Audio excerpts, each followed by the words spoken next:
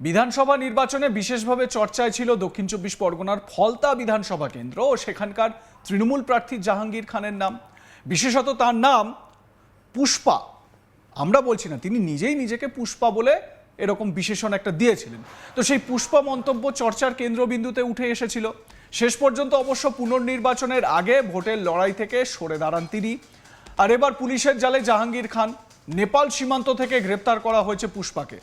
গ্রেপ্তার করেছে রাজ্য পুলিশের স্পেশাল টাস্ক ফোর্স বা এসটিএফ। সোমবার সকালেই তাকে গ্রেপ্তার করা হয়। সূত্রের খবর, নেপালে পালানোর ছক কষেছিলেন পুষ্পা জাহাঙ্গীর। পানি ট্যাঙ্কি এলাকার একটি হোমস্টেতে স্ত্রী সন্তানকে নিয়ে গা ঢাকা দিয়েছিল সে। জাহাঙ্গীরের কাছ থেকে বেশ কিছু নথি ও মোবাইল ফোনও উদ্ধার করেছে এসটিএফ। বলতে গেলে ফলতায় পুনর্নির্বাচনের দিন থেকেই বেপাত্তা ছিল পুষ্পা জাহাঙ্গীর। পুনর্নির্বাচনের দিন তার স্ত্রীকে ভোট দিতে দেখা গেলেও জাহাঙ্গীরকে কোথাও দেখা যায়নি। এমনকি গণনার দিনও তাকে খুঁজে পাওয়া যায়নি। আদালতের রক্ষা কবচ উঠতেই গা ঢাকা দিয়েছিলেন অভিষেক ঘনিষ্ঠ এই তৃণমূল নেতা।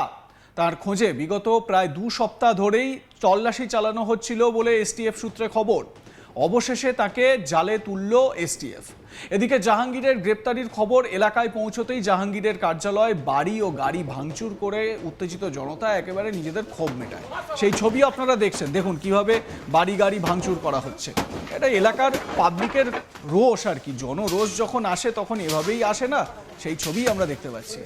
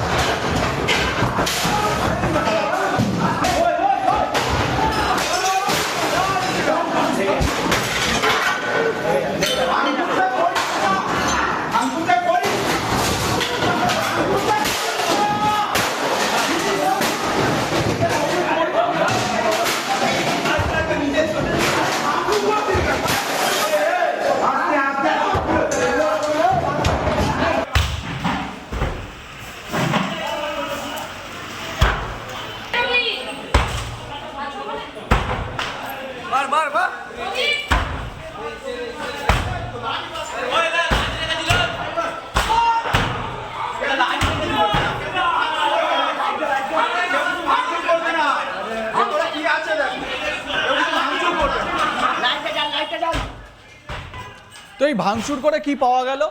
জানা যাচ্ছে পাওয়া গেছে বেশ কিছু রঙিন জলের ফাঁকা বোতল। গোটা ঘটনাকে কেন্দ্র করে এলাকায় ব্যাপক উত্তেজনা। পুলিশ গিয়ে পরিস্থিতি সামাল দেয়। এলাকায় মোতায়েন রয়েছে পুলিশ। অতিরিক্ত পুলিশ সুপার ডায়মন্ড হারবার জেলা পুলিশের অভিষেক মজুমদার কি জানিয়েছেন শুনুন। যেটা ভাঙচুর হয়েছে তার জন্য রিকোয়ার্ড অ্যাকশন হবে, এটা আমাদের স্ট্যান্ড আছে। যেটা ভাঙচুর হয়েছে তার জন্য রিকোয়ার্ড অ্যাকশন হবে, এটা আমাদের স্ট্যান্ড আছে।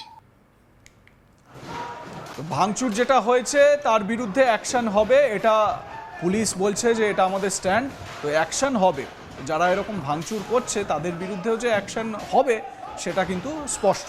তো জাহাঙ্গীরের গ্রেপ্তারি প্রসঙ্গে ফলতার বিজেপি বিধায়ক দেবাংশু পান্ডা কি বলেছেন একবার শুনে নেওয়া যাক। আমি আপনাদের মাধ্যমে শুনতে পেয়েছি যে আজকে ফলতায় এই জাহাঙ্গীর আজকে গ্রেপ্তার হয়েছে। তো গ্রেপ্তার হওয়ার কথা ছিল। পুলিশ এবং এসটিএফ বিভিন্নভাবে বিভিন্ন জায়গায় তল্লাশি করেছিল, পালিয়ে গেছিলো। 26 তারিখ পর্যন্ত মহামান্য হাইকোর্টের আদেশ অনুযায়ী কোনো স্টেপ নিতে পারেনি। পরবর্তীকালে ও পালিয়ে যায় এখান থেকে, পালিয়ে বিভিন্ন জায়গায় সেন্টার নিয়েছিল।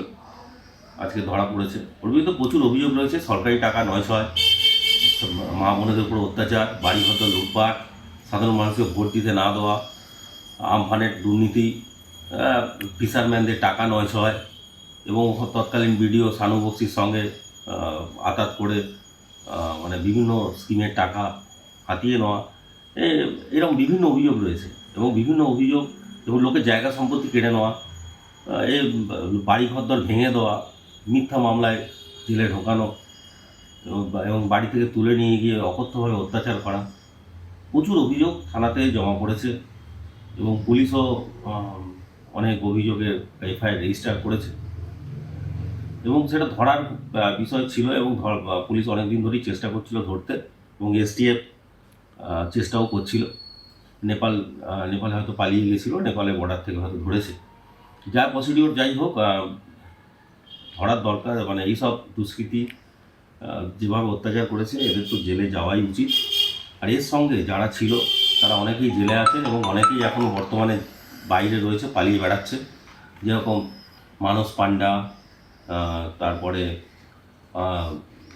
উৎপল কাঞ্জি, তারপরে আমরা রয়েছে আরও রয়েছে যারা হচ্ছে আপনার আরও বহুজন যারা এলাকায় ছেড়ে পালিয়ে গেছে। সাধারণ মানুষের ঘর বাড়ি টাকা লুট করেছে, ঘরের টাকা নিয়ে নিয়েছে, দেয়নি। বার্ধক্য ভাতা, বিধবা ভাতার টাকা নিয়ে নিয়েছে, তারা আজকে ঘর ছাড়া হয়ে গেছে। এদেরও সবাইকে অ্যারেস্ট করা উচিত এবং জেলে পড়া উচিত। আজকে ধন্যবাদ এসটিএফকে যেটা আজকে অ্যারেস্ট করেছে।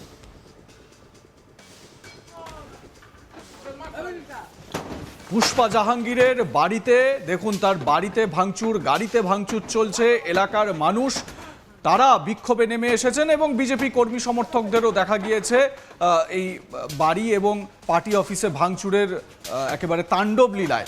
যদিও পুলিশ বলছে এর বিরুদ্ধে যথাযথ ব্যবস্থা নেওয়া হবে, যা স্ট্যান্ড আছে পুলিশের এক্ষেত্রে, তো সেই স্ট্যান্ড অনুযায়ী ব্যবস্থা নেওয়া হবে।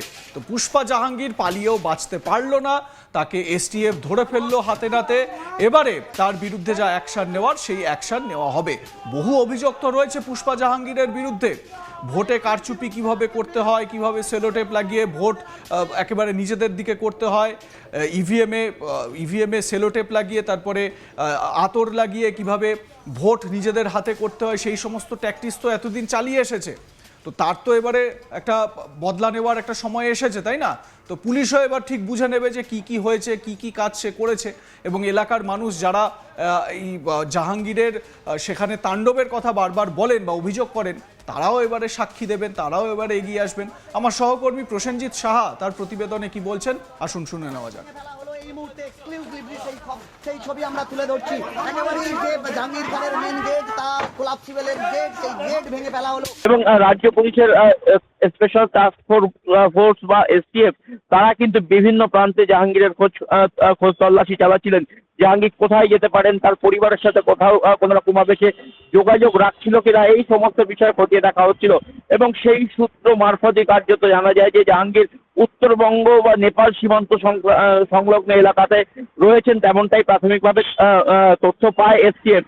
এবং সেই তথ্য পেয়েই কিন্তু জাহাঙ্গীরের খোঁজে তারা তল্লাশি অভিযানে নেমে পড়ে এবং অবশেষে জাহাঙ্গীর কিন্তু এসটিএফ এর নাগালে এসেছে, তাকে ধরা সম্ভব হয়েছে, তেমনটাই কিন্তু সূত্র মারফত জানা যাচ্ছে। এবং এসটিএফ এর তরফ থেকে কিন্তু এখনো পর্যন্ত কোনো অফিসিয়াল বিবৃতি দেওয়া হয়নি। তবে সূত্র মারফত যেমন জানা যাচ্ছে যে জাহাঙ্গীরকে আজকে সকালেই কিন্তু এই স্পেশাল টাস্ক ফোর্সের তদন্তকারী আধিকারিকেরা তারা কিন্তু গ্রেপ্তার করতে সক্ষম হয়েছে এবং তাকে কলকাতাতে নিয়ে আসা হচ্ছে। জাহাঙ্গীর খানের বিরুদ্ধে অভিযোগ যদি বলো, সেই অভিযোগের কিন্তু তালিকা বোধহয় ফুরোবে না। তার কারণ আমরা জানি যে 15 বছর তৃণমূল কংগ্রেস ছিল ক্ষমতা, সেই 15 বছর ধরে কিন্তু এই জাহাঙ্গীর খানের যে বাড়বাড়ন্ত, সেই বাড়বাড়ন্ত কিন্তু হয়েছিল। এবং সেই জাহাঙ্গীর খান কিন্তু এই মুহূর্তে তাকে যে গ্রেপ্তার করতে সক্ষম হয়েছে এসটিএফ, তার অন্যতম জাহাঙ্গীর খানের বিরুদ্ধে মূলত অভিযোগ তোলাবাজির অভিযোগ রয়েছে।